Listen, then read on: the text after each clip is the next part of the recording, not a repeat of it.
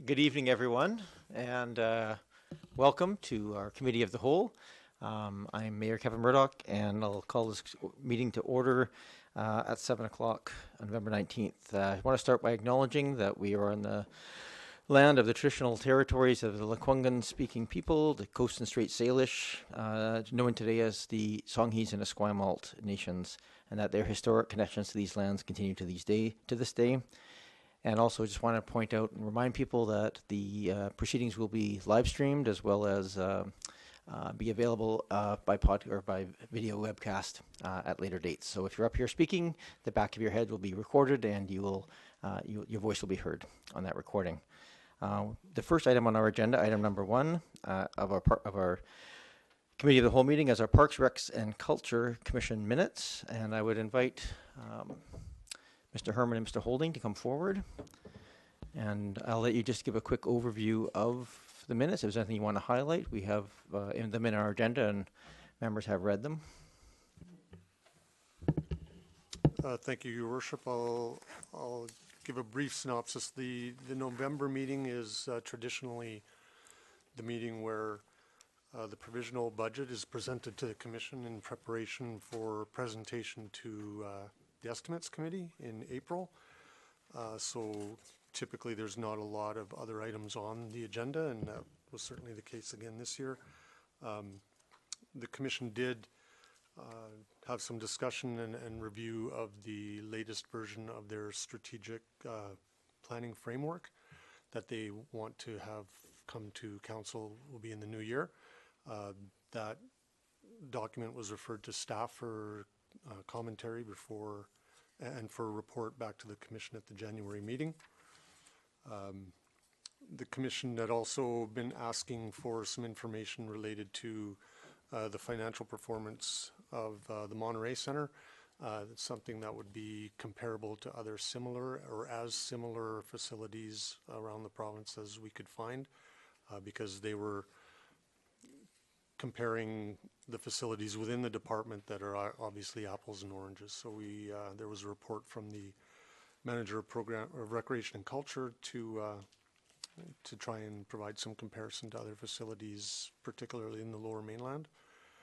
So they did receive that. There was no recommendation that went along or resolution that went along with that report. And then the normal monthly reports that the Commission would receive from staff, and then the bulk of the meeting was devoted to the budget discussions.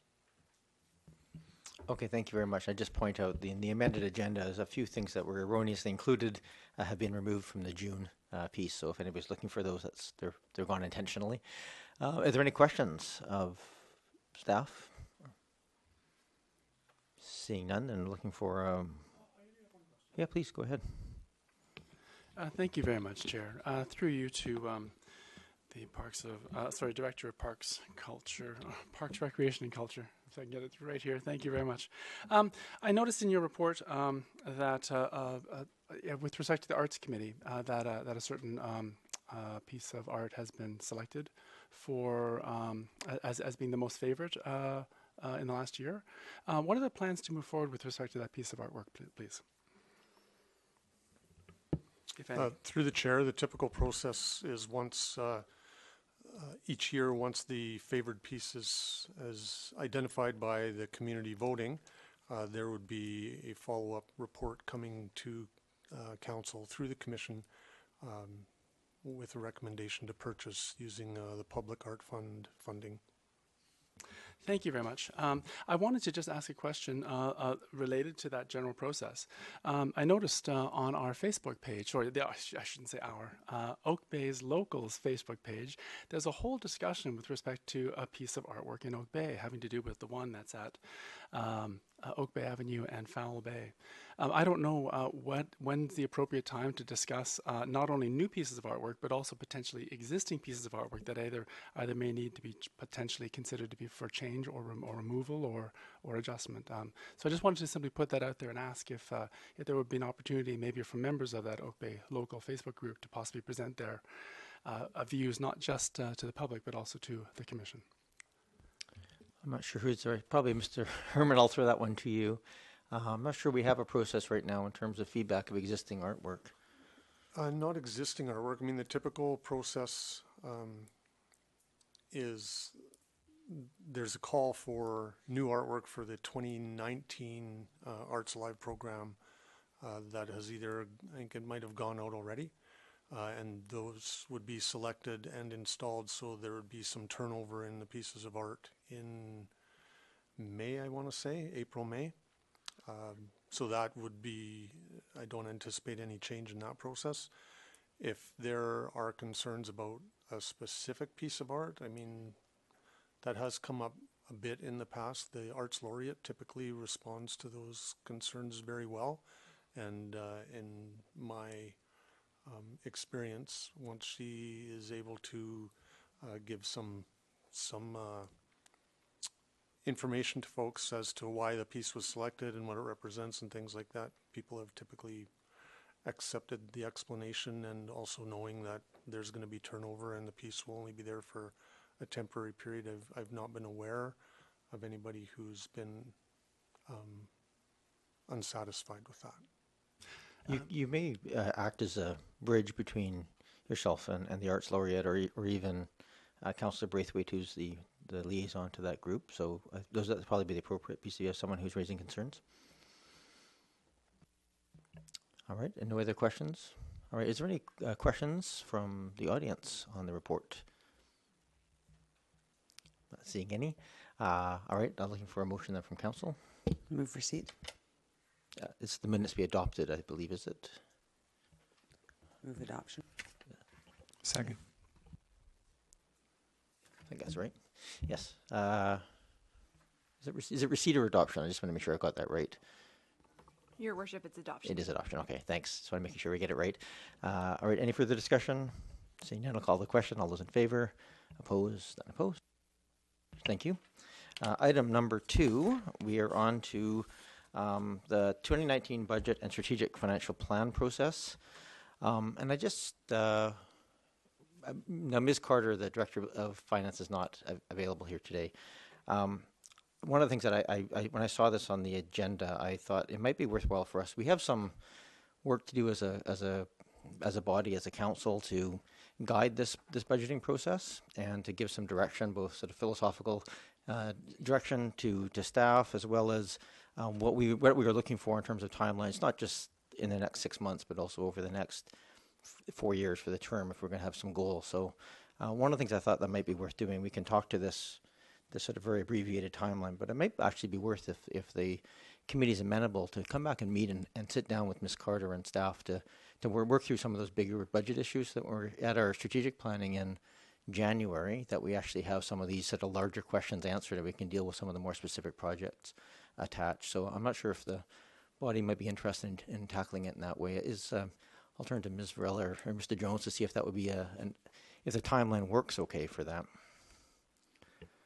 Thank you, Your Worship.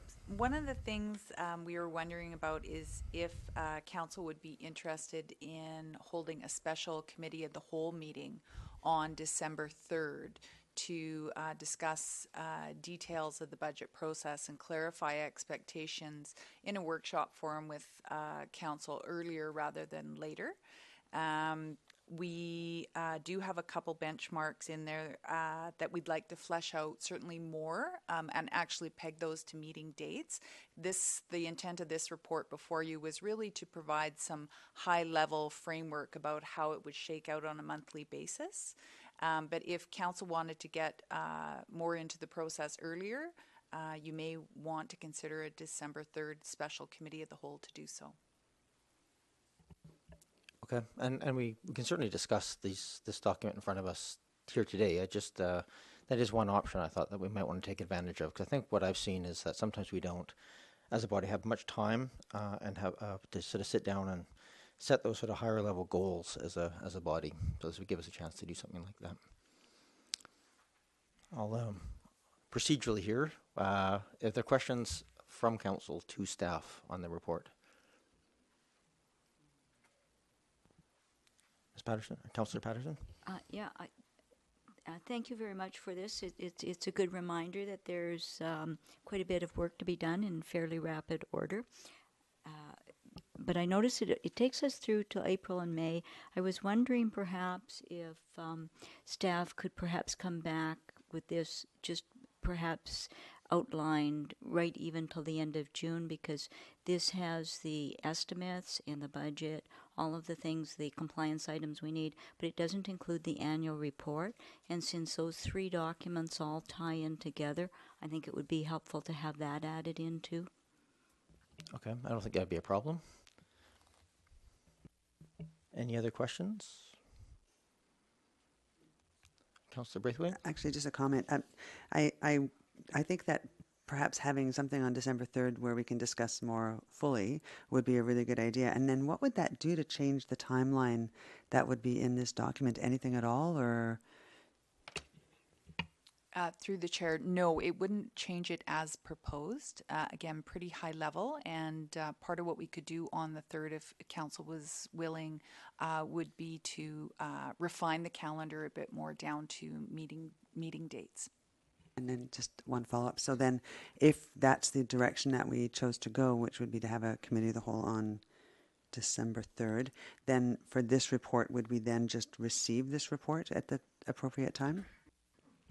Yes, if the committee wanted to, they could just receive for information, and then we would just have a more fulsome discussion on the 3rd. Thank I you. would probably ask that the recommended motion here is just to receive for information, even as it is. However, it'd probably be good to have a secondary motion to actually direct staff to establish a December 3rd meeting for committee of the whole meeting for that purpose. Councillor Green. Thank you, and through you, Chair, to Ms. Varela. I see that at the end of the timeline document, Council receives public input and finalizes the 2019 budget. Is there a framework for the public input at this point? Do we know what that will look like, and what the timeline for public input will be in terms of when it would begin and then end? Thank you. Thank you. Through the Go ahead, chair. Estrella. So the final notation for public input there is really the legislated requirement to make the financial plan available for review. I think part of what we may want to discuss further is the public engagement process for the budget process. You do have an item on as item 6 on the agenda tonight, high-level discussion that you may want to filter into that discussion, but very much open for review and discussion at this point. Thank you. I thank you, Councillor Green. And I would just add to that comment, if I may, that the Committee of the Whole next on December 3rd would have public input opportunity, and I believe our strategic planning process would also have that, and that would form part of the budget discussion as well. So I think those would be, and we can maybe talk on the 3rd about what that would look like as part of the budget. I think that's a very important question. Councillor Zelka. Yes, thank you very much, Chair. Related to the public input aspect, I'm certainly very open to a special committee of the whole on December 3rd, but I'm hoping that as a way of more wholesomely incorporating many of the aspects that came out of the Public Engagement Task Force from the previous mandate, and also noting that Council didn't exactly get its town hall meeting that it asked for last time. I'm wondering whether somewhere in this process, certainly before we do the finalizing of the budget, we would somehow slide a public hearing, sorry, not a public hearing, but excuse me, a town hall type process in there to make it very informal in terms of that process of getting input from the public. Okay, thank you. I think that's something we should discuss as part of that process. Yeah, Councillor Braithwaite? actually, that's what I was going to say too, is I would like to see a town hall meeting as part of this process, and so that's something that I would strongly support. Okay, thank you. Seeing no other questions of staff at this point, is there anybody from the audience that wishes to speak to this item? I'm not seeing anything there either, so I'll come back to council. The motion to receive first, I believe, is the first order of business. So moved. Second. Moved and seconded. Any further discussion? All those in favor? Opposed? Not opposed? Okay. And is there a second motion to have a meeting on the 3rd? I'll make a motion that we direct staff to organize a committee of the whole meeting for December 3rd. Second. It's the Monday. We only have one meeting in December on the 10th, so it gives us that extra meeting. All right. Is there any? Yep, it's been moved and seconded. Any other discussion? All right. Call the question. All those in favor? Opposed? Not opposed. Great, thank you. So anybody interested in budgeting process and things, come to that December 3rd meeting. I think that's where we're going to work through a lot of those details. Push the wrong button again. That's my fault. I'm getting used to this setup here. I got an extra button all of a sudden. Item number 3, land use applications. We have architectural siting and design for 3046. This is for some exterior modifications to an existing house. I will turn to Ms. Jensen to give us an overview of the application. Thank you, Chair. So for this particular item is for an existing home on Valdez Place. It's on the north side of the cul-de-sac, about 3 lots east of Uplands Park. The owner is proposing to update the exterior of the home, in particular around the deck area. Some of the proposed modifications include replacing the existing wooden stairs with concrete stairs with a stone veneer, replacing the existing pergola that runs along the front deck with a newer, more simpler design, and changing the wooden deck on the front and the side of the home to a new stone patio. So you would have the front area at a higher elevation, stepping down to the side patio. These proposed revisions actually result in the removal of a deck that was constructed without permit. They also result in pulling the deck out of the required side yard setback. So we anticipate that with a change to the siding and a reduction in the building footprint, the home would comply with all zoning regulations.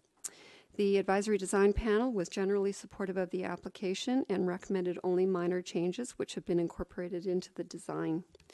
There are 2 Gary oak trees on the property, neither of which should be affected by the construction. We will be requiring tree protection fencing. Thank you very much. Are there any questions of staff or the applicant? Is the applicant here today? Okay, we'll call you forward if we need you, but if not, we won't. Any questions of council? Is there anybody in the audience who wishes to talk to this application? Seeing none, it's a fairly straightforward one. I'll grant you that. We're looking for discussion. Yep, that's fine. Moved and seconded. Is there any further discussion? Seeing none, call the question. All those in favor? Opposed? Not opposed. This will go to the next council meeting, which I believe I should have written down the date. Next week is next Monday for the council. This body recommends to council approval, and that body will make the approvals. So next Monday will be the formal adoption of that. Item number 4, Upland Siting and Design, 2450 Lansdowne Road. This is a new building. Ms. Jensen. Thank you, Chair. The existing site is just east of Cadborough Bay Road along Lansdowne Road, currently home to a single-story home. The applicant is proposing to construct a 2-story traditional design utilizing materials such as brick veneer, stucco, and wood trim. The applicant is also proposing to undertake some work to the landscaping as well, removing a large hedge in the front that would be replaced by a mixture of hedging and flower beds. A circular driveway that's currently in place would be reduced to 1 access, and the paved area reinstated with landscaping. And the easterly access will be resurfaced with exposed aggregate leading to a side entry garage with the new house. The advisory design panel reviewed the application, were generally supportive. They did offer some suggestions which have been incorporated into the design, including simplifying the materials, adjusting the front yard planting plan, rear window scale, and brick sill detailing. Thank you very much. Now, Councillors Patterson and Green were doing estate visits today, so is there any questions that you had resulting from that, or comments? What questions we're looking for at this point? Yes, Councillor Patterson. Just a question. It does say in the report that it's anticipated the 45% target for the tree canopy cover will be met. I guess, do we go back and determine after, like, what's, I'm just wondering through you, Chair, what the process is? How do we go back and determine that? Is it verified at a later date? Is there a continuation of the process? Or? Ms. Jensen, do you have an answer for that? Yes, the urban tree forest strategy sets out targets for various areas around the community as to what we want to meet for tree canopy cover in those areas. When an applicant comes forward and we are looking for how they will meet that tree canopy cover, the Parks Department uses a formula whereby if we know they're planting Gary oak, for example, what will that tree canopy cover be at a 10-year mark? So they have an average of what that range will be, and that's how we determine what the cover will result in. Thank you. So it's a 10-year 10-year estimate, is that the? Correct. Great, thank you. Any other questions from council? Okay, are there any questions from the audience of the applicant or staff on this? Okay.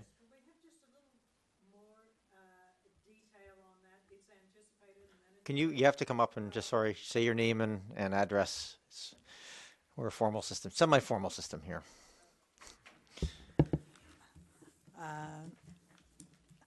Okay, my name is Jake Richardson. I'm at 2144 Brighton Avenue. And I'd like some clarification on the tree canopy, the estimate, and the verification of it, because I see in the municipality almost or totally clear-cut lots that are obviously going to be developed and have signs up on them saying that. I'm wondering if all of that is done, that clear cutting is done before a permit is issued or not. Okay. I'm concerned about the timing. So this is sort of outside of this application specifically, but the general. Specifically, but it applies to this application as to any application. Okay, there are no trees being removed in this particular application, as I recall on it. No, there are not. Okay, so I'm trying to think of how we should deal with this. Perhaps after the question's dealt with, maybe we can go back and just ask informally about what that process looks like. That's okay. All right. Are there any other questions or comments from the audience on this application? I'm not seeing any, so I'll come back to this table. Are there other discussion or motion? Move approval. Moved and seconded, and Councillor Zelka. Thank you. I do have an opportunity to ask a question still, I hope.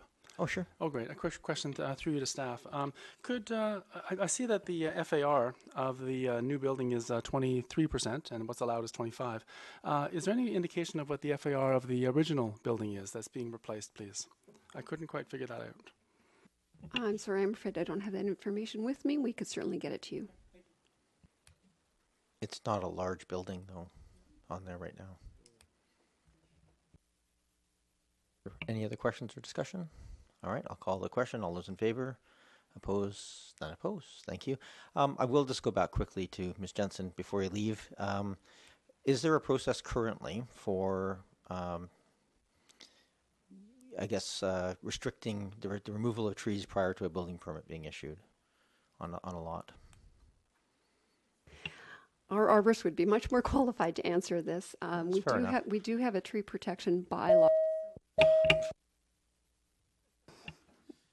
So the tree protection bylaw sets out what is currently the size of a protected tree versus a non-protected tree. So for trees that are over a certain size, they would have to go through a permitting process to be removed from the site. That's not the same for trees that are below that size. So depending on the law, you may say different results. Okay.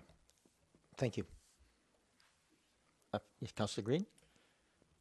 Through you, Chair, to Ms. Jensen, do you happen to know, and you may not be able to answer, but when was the last time the tree protection bylaw was reviewed in Oak Bay, just out of interest?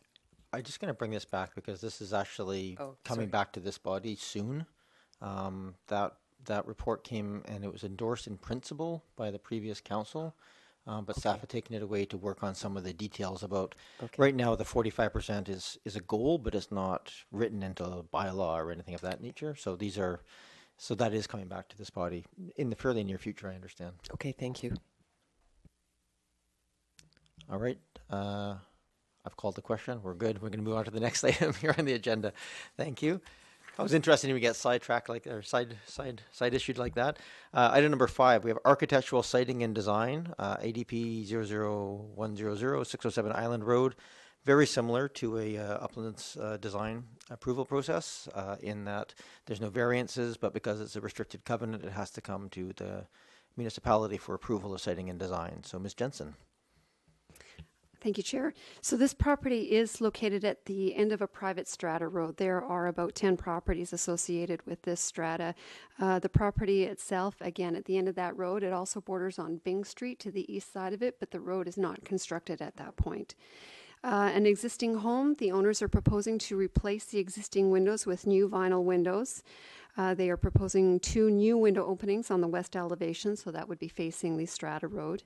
Changing the front door, looking at a number of new door openings. So a glass door on the front of the home, a new door on the north side, removing a door on the south side and closing off one and adding another glass door on the rear of the property.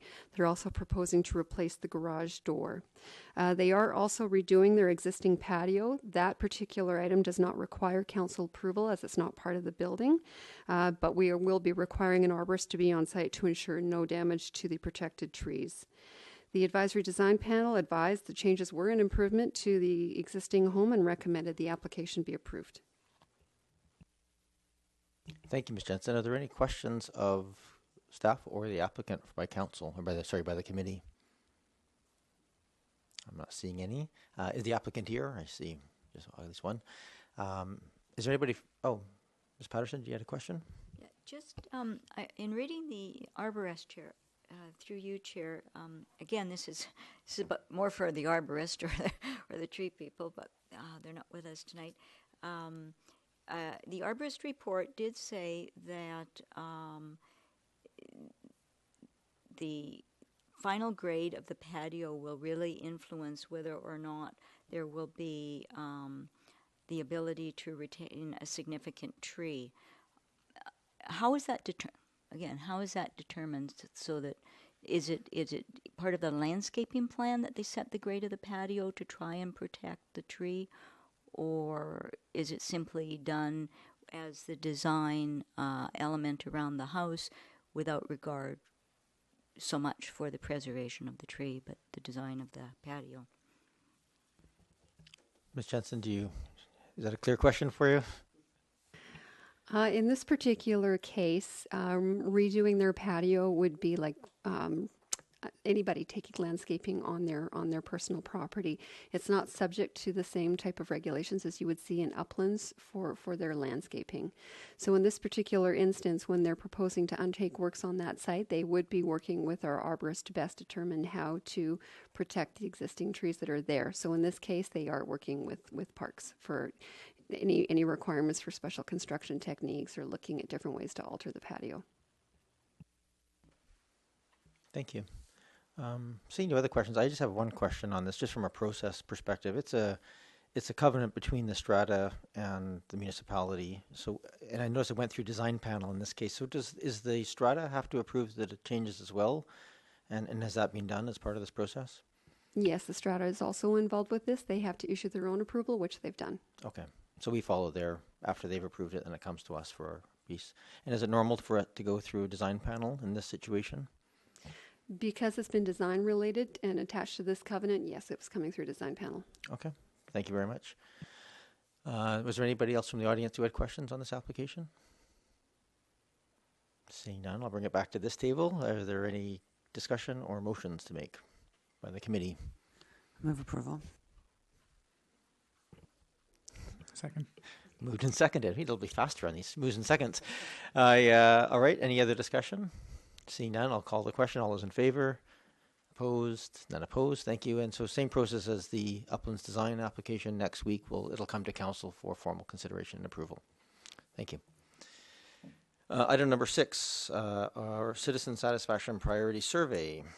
We have in front of us a report asking for some direction from this body to move forward.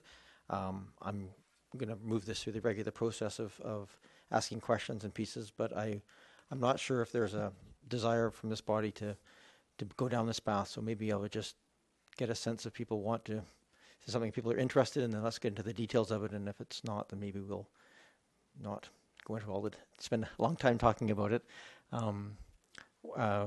Maybe I'll just get a sense of the table here where Councillor Braithwaite. When I saw this at first, I kind of went, oh, well, that's interesting. A survey would be great. But then I think that when we had a session, one of our strategic planning sessions, it was said pretty well that we've just gone through a very big citizen satisfaction survey, with being the election. And to me, it would behoove us to perhaps wait a couple of years before we do another survey, because then people can see what this council has done for 2 years before they have to answer any more questions. So I would prefer not to move ahead with this, and perhaps what we do on December 3rd, now that we're going to do that, that actually falls in really nicely to have a lot of feedback from people at that time as well. Well, I would suggest that if we're going to consider our budgeting process and this is part of that timeline, then we should probably wait till that no matter what. But I would be just curious if people are interested in moving down this path. Councillor Ney? I have a question. Oh, please, go ahead. To staff. Sorry. If staff could help us understand some of the kinds of questions that you would envision being included on such a survey. Some key ones in particular. Mr. Jones. Thank you, Your Worship. So, Council will recall in 2016, we conducted our first citizen satisfaction survey and priorities questionnaire, I guess, in Oak Bay. And so what normally happens when you do these is you would ask a certain number of questions to try to track. So the number of those would be up to council. So there might be out of, let's say, 25 or 30% of the questions you would ask would allow you to say, okay, here's what people in the community thought in 2016. Here's what they think now in 2000. This will probably be in 2019. And then you would ask other questions that you thought were important at the time. From staff's perspective, I think most of those would revolve around financing, infrastructure, etc. So that's, from a staff perspective, that's where we would see it going. And you know what, I might have jumped the gun here, but I know council is keen to get going on a strategic planning process. And from my perspective, something that's really important is to understand what the views of your community, especially those, I'll say the silent majority that you don't always hear from, those views are important. So that was the intent of this. And again, I might be out ahead of you on this. Well, I don't want to. There are questions. So I think, is there anything else you want to add? It's the report in front of here. So is there any other sort of summary you'd like to give to this body before we get into questions? Then, Your Worship, no. Other than if you are going to be embarking on a strategic planning process, you need to have that founded on something, and there's lots of ways to do that. As Councillor Braithwaite said, people have been on the doorstep, so you've heard lots of feedback from people.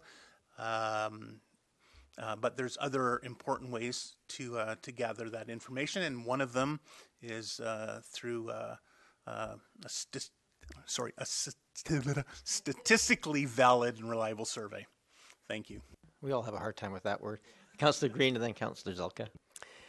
Thank you, and thanks to staff too for bringing this forward. I think I have to agree with Councillor Braithwaite that this was a huge survey that was just completed on October the 20th. And I think a lot of us that were out canvassing got some pretty good feedback, social media monitoring and that kind of thing. I'm a big supporter of customer satisfaction survey. That tool, I think it's a very effective tool. I could certainly see us doing it a year from now. By then we will have settled into the role. Council will have had some time to understand the strategic priorities ahead of them and how to approach them.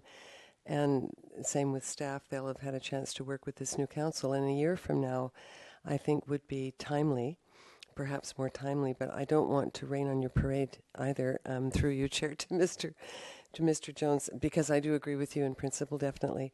But I think if we wait a year, that gives everybody a chance to work together and us to establish the priorities that we want to see achieved and to give the community a sense of how we're doing. Councillor Zelka? Thank you so much, Chair. Ney? So I'd like to correct staff, if I may, please, through you. Very gently. In a very gentle way. I'd have to say it's actually the silent minority, since we had such incredible participation in our election, that 54% participation. So we definitely would like to have the views of the silent minority, but I think the silent majority were quite vocal in some of the things that they would like to see. Was that gentle enough? All right. So I'd like to also add, if I may, to the discussion that the last one was done. The last survey was done mid-mandate, and I would imagine that maybe mid-mandate this time around might be a good time for a survey. I also wonder out loud that maybe around that time we may be considering a referendum for possible permission to take out a loan. So that might either happen at the same time or maybe in place. So I would actually, I don't want to presuppose, but I would rather spend that $30,000 maybe in a more targeted way if it was this or that. Thank you. Thank you, Councillor. Councillor Nay. No, I'm going to pass. You okay? Councillor Appleton. At this stage of the game, thank you very much for preparing the report. At this stage of the game, I am supportive of going ahead with the survey, although I am interested more in sort of a narrowing of the focus, not necessarily on the citizen satisfaction side of things, although obviously that's a key priority for council, but potentially a narrowing of the scope that focuses on those items which are specifically relevant to the strategic planning process and to inform the strategic planning process. I'm in agreement with the general feeling around the table that it may be a little bit premature to be talking about citizen satisfaction elements specifically, and I do agree that the new council, it might be better to revisit that after some time with new council in place, but I do think that there is some value in reaching out to the community leading into the strategic planning and the budgeting process. Specifically, this was presented in the report as a satisfaction/priority survey. I think that there's still some value in considering it on the side of the priorities element, and if we set aside the satisfaction component and focus in on the priorities component, I think there may be some value there. Thank you.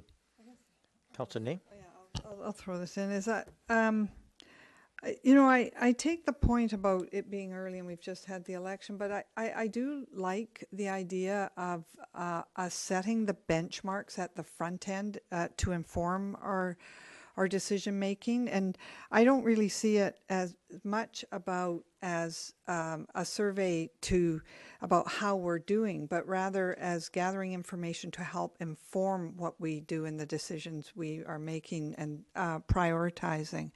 So I'd like to see the details, and I do like the continuity of information to help us track sort of the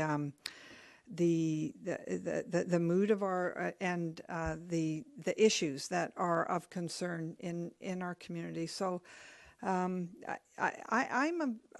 more inclined to vote in favor that we do move forward with this for those reasons and not delay it. So, Councillor Patterson hasn't gone yet, so I'll go to her first, and then Councillor Green. Yes, thank you, Chair. I think that while the recommendation for satisfaction survey is good, we have just come through an election. We've just talked about now having another meeting on December 3rd to talk more about the calendar of events that's going to roll out. We've talked, a couple of members of council here have talked about more robust public engagement going forward. That will also be taken into consideration when we do the strategic priorities, when we do the budgeting process. So I think that in embracing those elements that were kind of left on the shelf from the last council, I think that we will be perhaps breaking new ground, I'd like to say, about how we are doing things, and that in itself is going to help inform us on a go forward basis, and perhaps out of that process we're going to come up with some new ideas for a satisfaction survey. When I read on the report that up to 50% of the questions would be the same as the last one, I don't know that that is really going to have the same value to us if we're moving forward with a new platform for the way that we are going to do budgeting, a more robust look at capital and bringing that into the budgeting process, and finding new ways to involve residents in the community in those processes.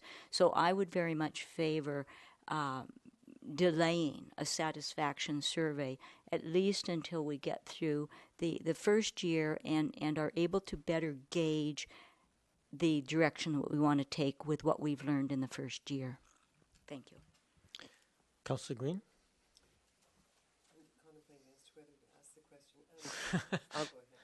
Through you, Chair, to Mr. Jones. Would it be possible to defer this matter on the strategies piece? So it wouldn't necessarily be a satisfaction survey, but it would be a strategies question error.